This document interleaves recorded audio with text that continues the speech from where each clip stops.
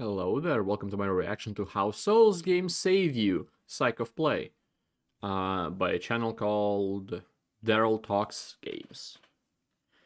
Never heard of the channel before. This video got recommended to me by Lynx.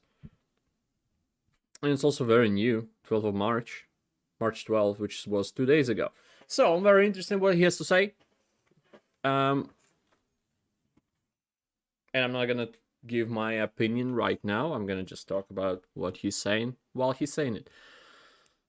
Anyway, like, comment, subscribe. Let's start. This is a devil, a Tasmanian devil to be specific. And I know what you're thinking. Does it sound like this? Of course it does. No, it actually sounds like this. Does it It's spin? cute, maybe, if you look at it at the right angle, but it's also very barbarian. It feeds on small animals like birds, snakes, wallabies, hell, even kangaroos if it's an especially ballsy little crew of devils, but I think we can all agree that these animals are not what you would call graceful. No, the steady hand of a surgeon is what you'd call graceful. A beautiful woman in fiction who can stitch your wounds with the power of her magical hair, or a colorful phoenix that rises from the ashes is graceful. Maybe a heart-wrenching tear at the climax of a movie that saves the day and restores order is graceful. A confident young Josuke cleverly repairing a wound just as quickly as he inflicts it is graceful, elegant even. Healers in games are stereotypically kind, affectionate, and soft-spoken. With a few rare exceptions, those in stories that serve the purpose of mending that which is broken are full of that which they give. Grace. Graceful both in mannerism and in practice. When I think of these things, I don't think of the Tasmanian devil tearing into the corpse of a baby kangaroo, and yet ecologists think that devils can heal forests. Not with their glowing blonde locks and a song, no, with their barbarianism. You see, to wildly oversimplify it, there is an imbalance in mainland Australia. Feral cats and foxes run rampant through a lot of the forest area and heavily hunt small mammals like bandicoots, batongs, and potoroos. The problem here is, these little manadorks are extremely important for the vegetation. When they forage for food, they spread seeds, fungi, and other organic material into the soil, which means more vegetation, cooler forest floors, and smaller brush fires. If these populations run low, well, it's unprecedented. However, if you have a few devils roll into town, suddenly the cats and foxes back off quite a bit. Having to deal with only devils hunting them means that these small mammals can rebuild vegetation and thrive without underpopulating the area. National the Geographic. devils, in theory, can indirectly heal the land. This is an example of something called a trophic cascade, and is exactly the same process illustrated in this video you've probably seen before, where introducing wolves into Yellowstone National Park dynamically changed the flow of the rivers. It's a fascinating process, and it goes to show that appearances aren't everything. You may not think of a predator as restorative, just like you may not think of a vacation to a grim, unforgiving, dejecting world where your flaws are repeatedly exposed and you are punished for your mistakes over and over and over again as something that can save you. And yet, Dark Souls came into my life just at the right time, and I would argue minimized the very prevalent risk of relapse that comes from a traumatic experience such as suicide. Dark Souls, on the other hand, makes me feel as though I can accomplish anything with enough effort. Actively trying to get better and have a positive outlook on life was a real struggle for me, and I still struggle with it every day. Same. But the important thing to remember is that you are working on it now. That dark cloud I mentioned earlier, I pretended that it was some crazy Bloodborne boss, and whenever I found myself falling into a dark place, I would picture myself fighting it. It sounds silly, but it's true, and it worked. In a time where I was super depressed and I didn't have any direction, and all my friends that I had were in college, and I was barely making any money, and as kind of stupid as it sounds, it made me feel like I had some sense of purpose. Okay. Before 2022, I had never beaten a Souls game, but being a fan of YouTubers long before I was ever a YouTuber myself, I noticed a I trend. don't know what one of them was. How one Dark was Souls helped me Super cope Perpetual. with suicidal depression. How Dark Souls 2 saved my life. Sekiro Dark Souls saved 2. my life. Dark Ooh. Souls helps my mental health, but I don't know That's why. surprising. How Bloodborne helped with my depression. Dark Souls saved me. Prior to ever beating one of these games myself, I saw a lot of lamenting about Souls games, controversy over the difficulty, whether there should be an easy mode, talk of them being masterpieces, lots of use of the phrase. Thank you, Dark Souls. But the theme that constantly intrigued me the most was people who reported being genuinely changed for the better for having played it, even going as far as to say that it saved their life or helped lift them out of a depression. You know, we have the journeys of the world, the Life is Strange I love series, journeys so Grease, much. Before Your Eyes. When I picture games that change people's lives and deliver them to a better place mentally, I don't picture this. And you may not either. But if you find the right thread and the right back alley online, you'll uncover a shamelessly wholesome circle jerk of folks singing the praises of a Dark Souls or a Sekiro and how it taught them to fight back against their depression. Usually signing off on their story with the phrase, "Don't you dare go hollow." Corny as many admit that it appears, I wonder if it helps me subconsciously, because I never thought about this before. And I am struggling with, at the moment, again, suicidal depression.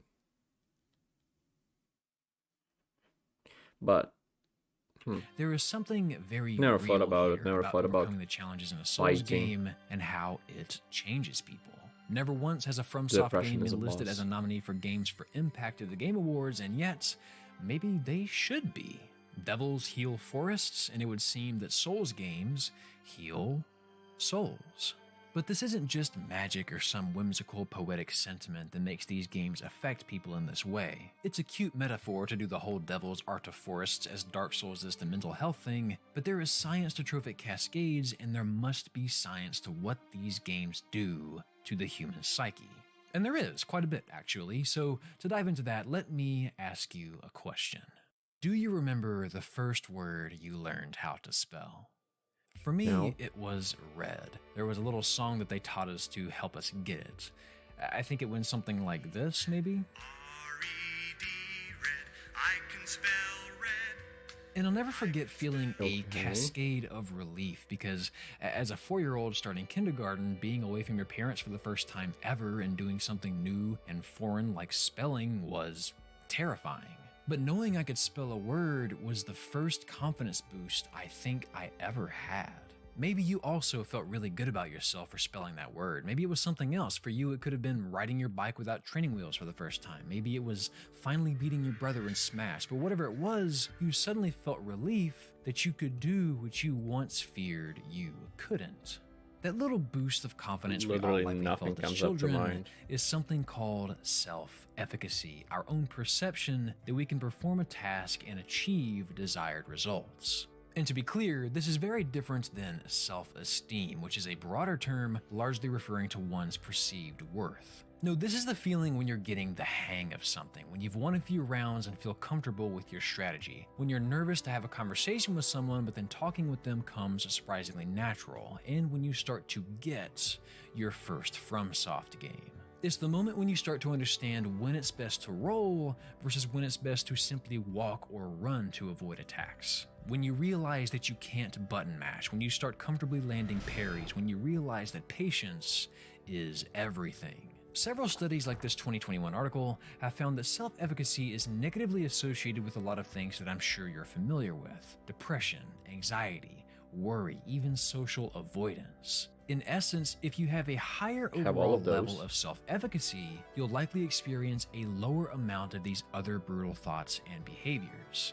The reverse is also true. Lower levels of self-efficacy are actually predictive of depression and the like. So as you find yourself getting better in these games, it provides a sense of competence and a chance for you to grasp that sensation of feeling sure of yourself once again. You start to feel comfortable with red, Okay, yeah. or in this case, handling every variety of enemy and environment. Okay.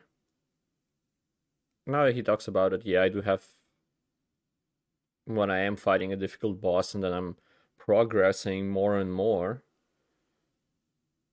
realizing how to better dodge and stuff like that, it does bring me some self-efficacy. Is that the right way to say this? I don't know. But for the time being, because I know that ahead of me there's more bosses like that. But it's for the time being while I play the game, and then going back to real world, there is no self-efficacy to ever have.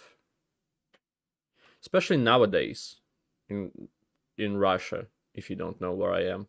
Anyway. And in turn, in a time in your life when a lot of things other than spelling are new, foreign, and terrifying, your self-efficacy rises and your darker thoughts may become less prevalent. Now, we need to pump the brakes a bit, because you could easily say that a lot of games have those "oh, I get it now" moments, right? Most games provide a challenge, and all games have to be beat in some way, right? And yet, you don't see many Mario Odyssey helped me overcome depression videos, despite how brilliant that game was. What is it about Miyazaki's works specifically that bring people to an unapologetically reflective place? To answer that, let me ask you another question. Close your eyes and take yourself back to school learning to read, and then maybe fast forward 14 years or so. Maybe you're really there now and this will be easy for you, but imagine you've just got your exam grade back and you are less than pleased with it. Do you feel upset that you didn't study enough and that you should have done a better job preparing? Or that the test just wasn't written well and that no amount of studying would have helped, the subject matter was just too much for one exam, this class is just too hard, or you just had bad luck? Obviously, it depends on the exam, but what we're talking about here are attributions, Johns, as some of you might call them. Your explanation for your bad performance here. Never do get to go head to head, please. No Johns. The difference in these two cases is whether your excuse for this is internal in that you personally accepted responsibility, or external in that you blamed the outcome on the outside world. This is something that psychologists refer to as a locus of control. Do you blame yourself for things that happen to you, or your circumstances? Was it a lack of skill or a lack of luck that shackled you to this shitty grade? Now, I don't want you to hyper-focus on what your answer was. I know that the internal locus seems more admirable here, but if you had a bad grade due to an error with the answer key, or the exam mistakenly had material on it that wasn't covered in class and the instructor is planning to reimburse everyone for those points, then suddenly the dude with the internal locus is beating themselves up over nothing. Not everything in life is in your control, and because of this, neither locus is inherently good or bad, it's situational. I'm sure you can imagine all the ways your locus of control can affect excuses for failure, so let me ask you the same question as before, but this time, let's say you did really well on this exam. It's an A, a high A. Is your locus internal or external now? Do you give yourself credit for that grade, or do you call it luck, say we take those, or even just assume that the test must have been easy?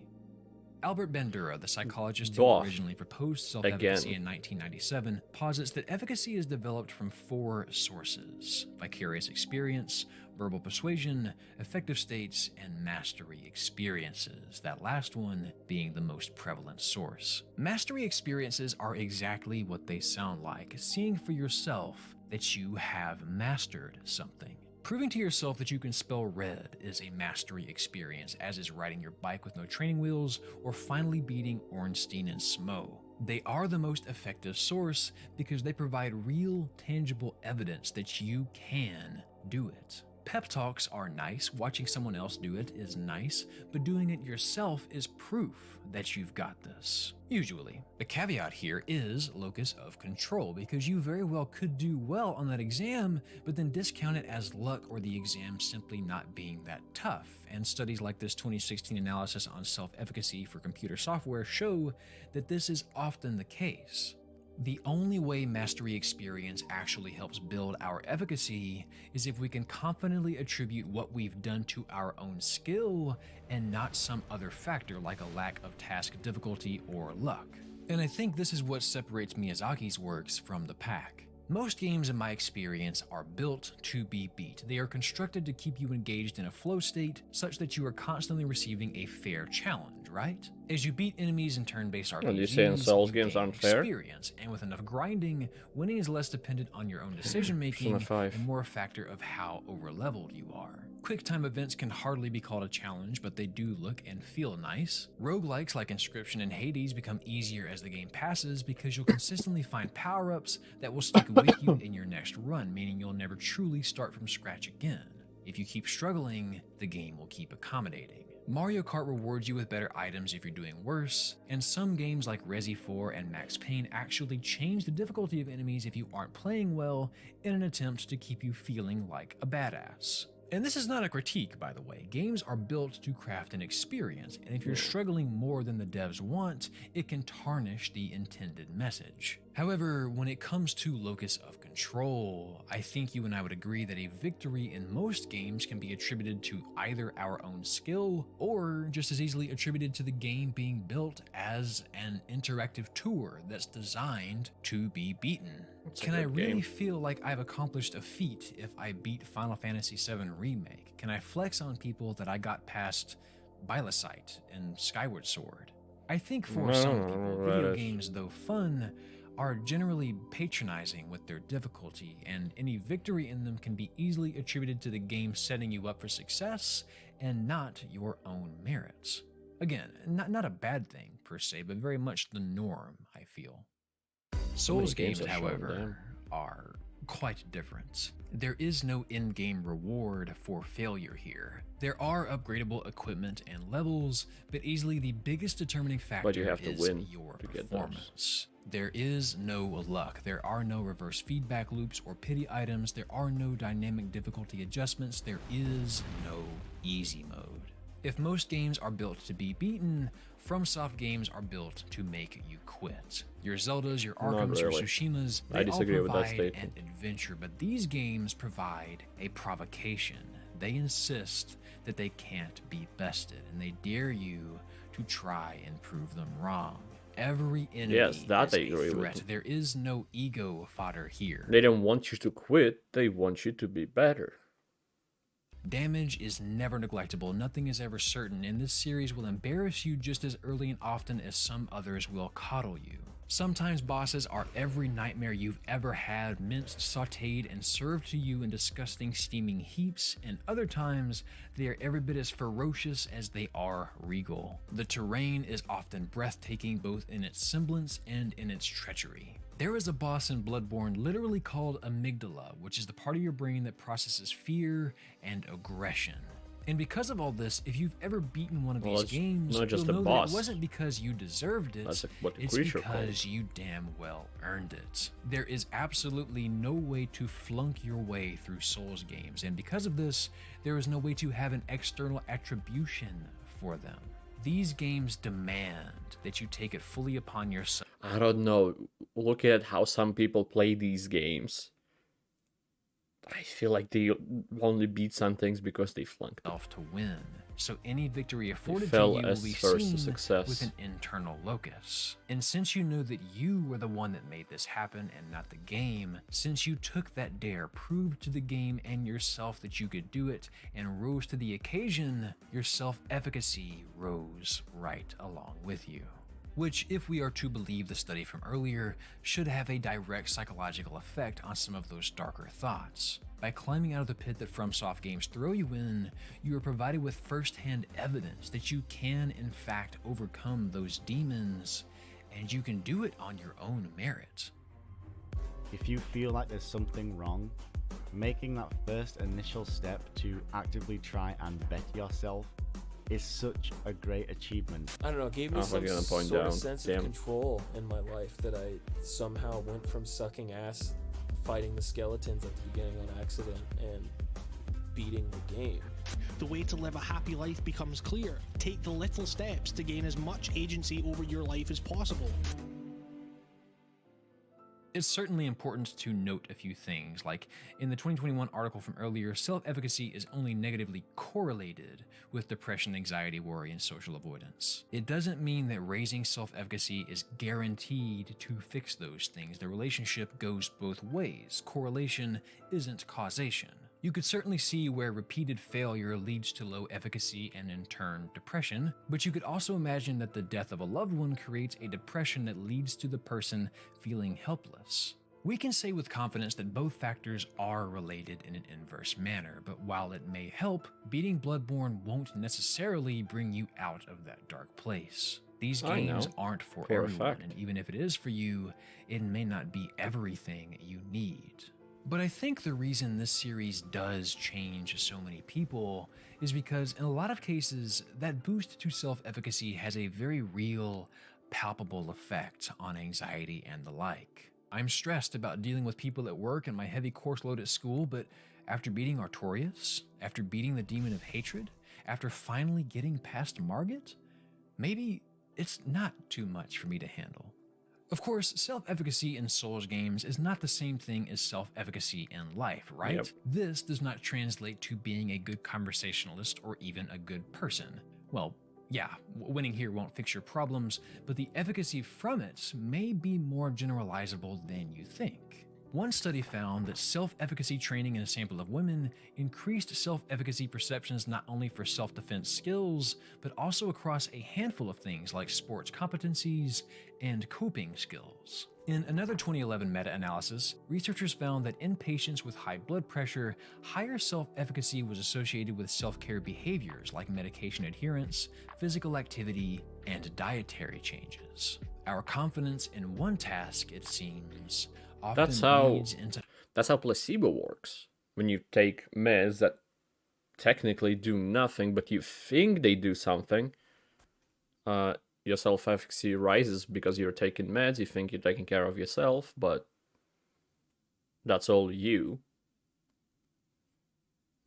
I feel like I said like that as it's a bad thing, but it's not. To other domains of our life. For many people, I think Miyazaki's works are a wake-up call, an invitation to find proof of your strength disguised as a hauntingly gorgeous game that your friends won't stop talking about. I think every single one of us would be lying if we said that we've never doubted our ability to do anything. Sometimes something as simple as getting out of bed in the morning feels like a Herculean task. Sometimes trying to believe a positive thought is like trying to start a fire in a rainstorm.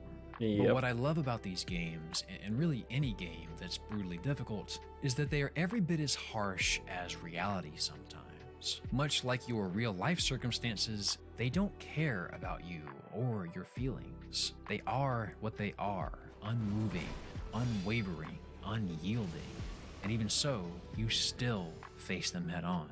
Much like trophic cascades, this is not just an encouraging sentiment. It's a very real, measurable phenomena. Overcoming difficulty builds confidence. Yeah, but when you get fed up with the game, Dark Souls, for example, you can always leave it and come back later or something like that. You can't do that in real life. You can leave real life and then come back later. It builds perseverance, it builds your self-efficacy, it gives you proof that you can overcome whatever the universe has placed in front of you, and knowing that others have overcome the same challenges you have, both in these games and in the real world, can remind us that we are not alone in our struggle. You are not the first or the last to fight the good fight, and it's one that you can win. You know that now, don't you? So keep on fighting that fight. Be safe, friends.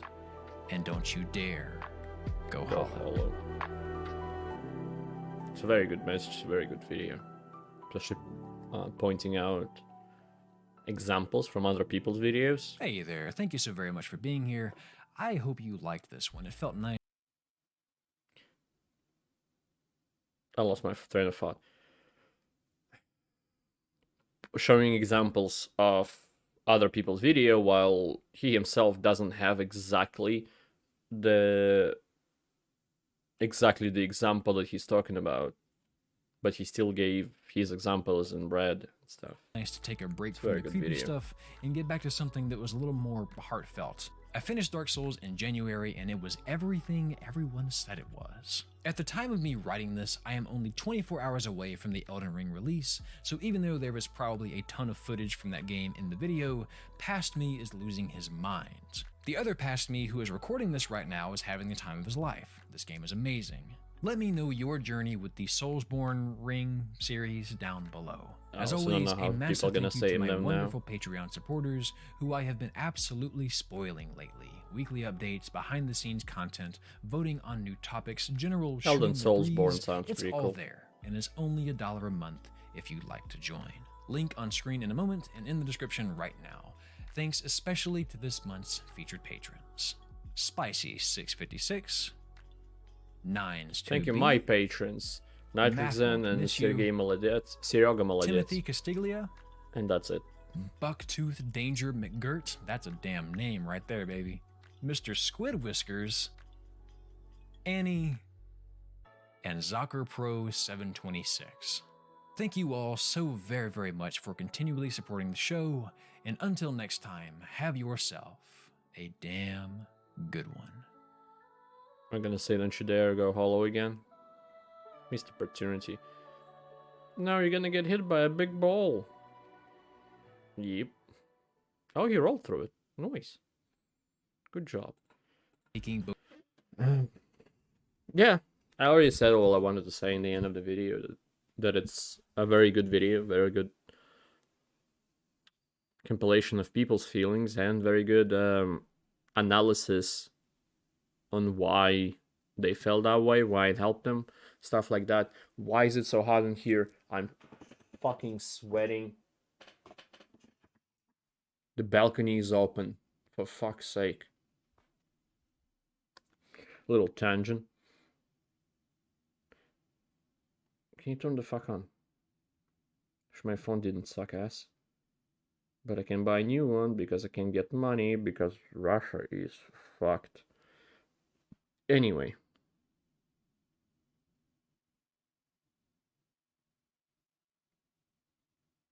I've already, fuck it. Why am I doing this now? I know, it does say the resume. It's 3. It's +3. Why is it so... Why am I sweating? Anyway. If I'm gonna talk about my own experience, the games do help me for the time being while I'm playing them. As soon as I stop playing them and I go back to real life, all the real life problems come back and